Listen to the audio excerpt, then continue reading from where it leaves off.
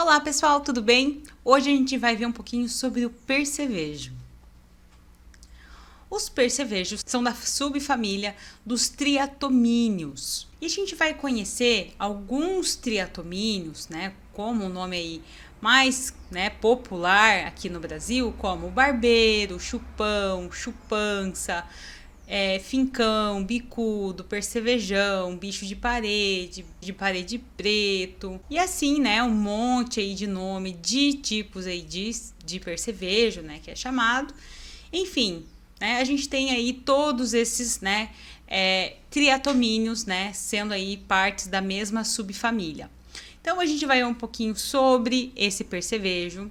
Eles vão ser insetos, tá? Então eles não vão ser nem protozoários, nem eumintos, como a gente estava vendo até agora. Eles são insetos e, como a gente viu aí, alguns das suas subfamílias são responsáveis por transmitir esses protozoários ou eumintos. No caso do percevejo, não, tá? Ele não vai ser um transmissor de doenças, ele vai ser, na verdade, aí um causador.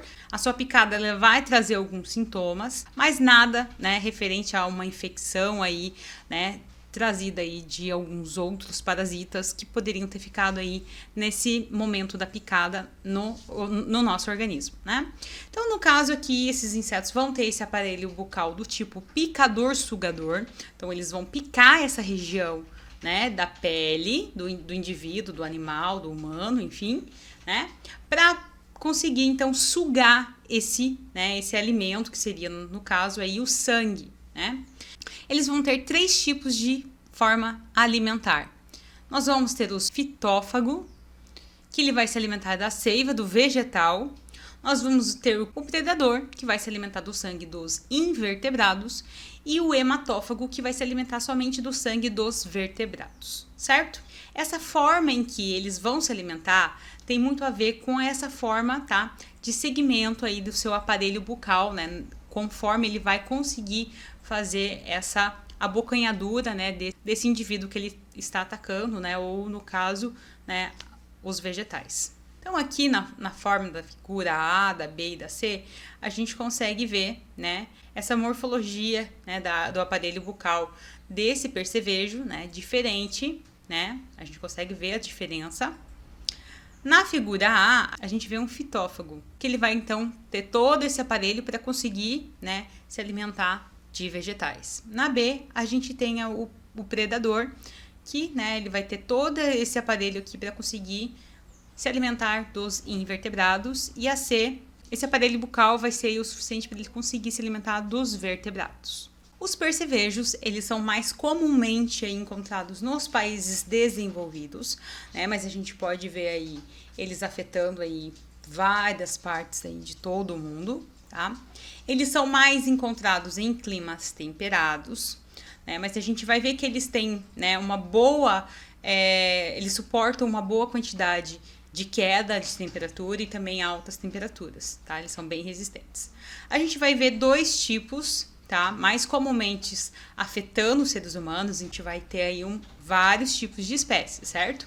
Porém, o mais acometido aí no ser humano vai ser o Cimex lectularis, que vai ser mais comumente encontrado em climas temperados, e o Cimex hemipterus, que ele vai ser mais comumente encontrado aí nas regiões tropicais, tá? Os percevejos são bem espertinhos em relação aí a conseguir se esconder, a gente sabe que eles têm aí um tamanho bem pequenininho, eu já vou falar um pouco mais sobre o tamanho deles, mas enfim, eles vão conseguir se esconder em fendas de colchões, que é bem comum, em cortinas, em paredes, em estrutura aí de telhado, rachaduras, fendas. Então, qualquer localzinho, que ele consiga se sentir protegido, em que, ele consiga entrar, ele vai se esconder, vai ser um ótimo esconderijo para esse percevejo. Mais comumente aí a gente vê, essa região aí de colchões,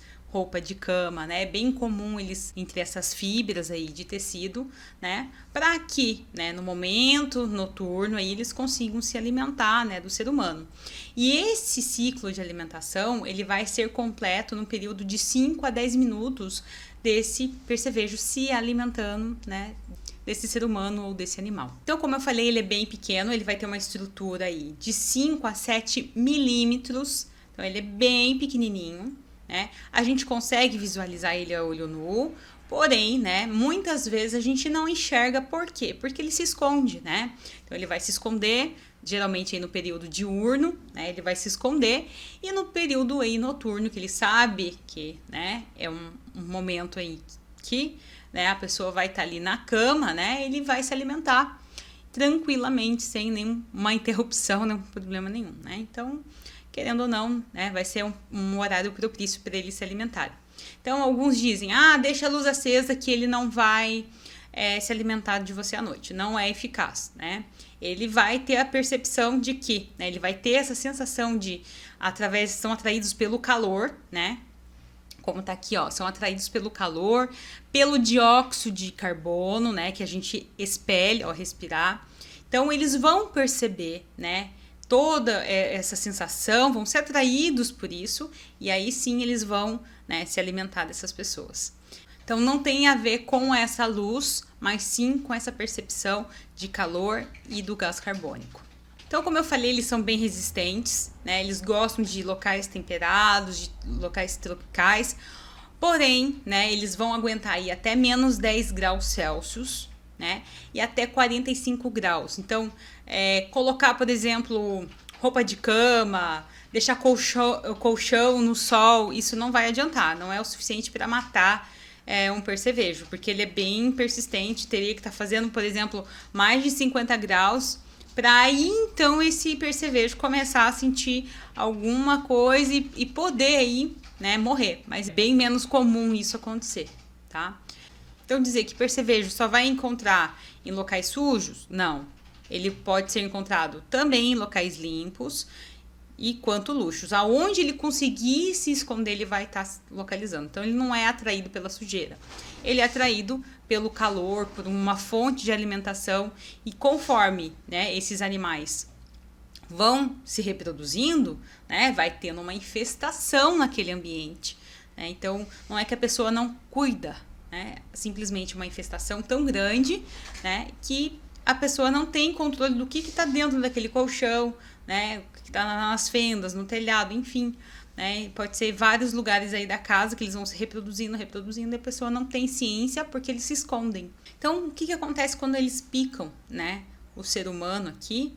A gente vai ver uma coisa bem nítida do percevejo, que é ele seguir uma linha, tá? Isso é bem típico dele, as picadinhas, né, vão seguindo uma linha. E ela é bem assim, inicialmente, né, parece uma picada de mosquito, ou uma picada de pulga, né? Então é bem comum ver, né, essas picadinhas e achar que não é nada.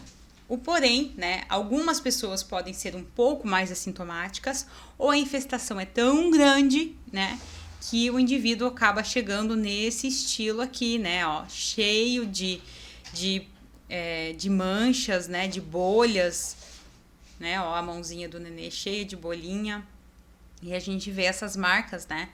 Então, os sintomas, né, que esse percevejo vai causar é um ponto único, né, de mordida. Lógico que quanto mais, né, mais pontos, né, máculas purpúricas, bolhas, pústulas eritematosas, também pode ter um prurido, né, coceira, né.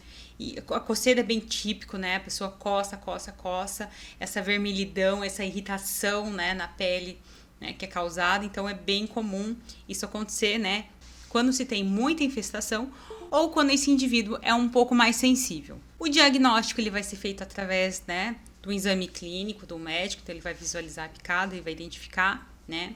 E o tratamento, geralmente não tem tratamento, é só feito então a higienização, né, desse ambiente, dessa roupa, né, ser passado aí alguns produtos para que seja feita então a eliminação desses percevejos, né, e assim então a pessoa consiga aí ter aí um controle, né, desse ambiente e ter e restabelecer aí a sua saúde, a sua pele, né, para ter uma vida normal novamente.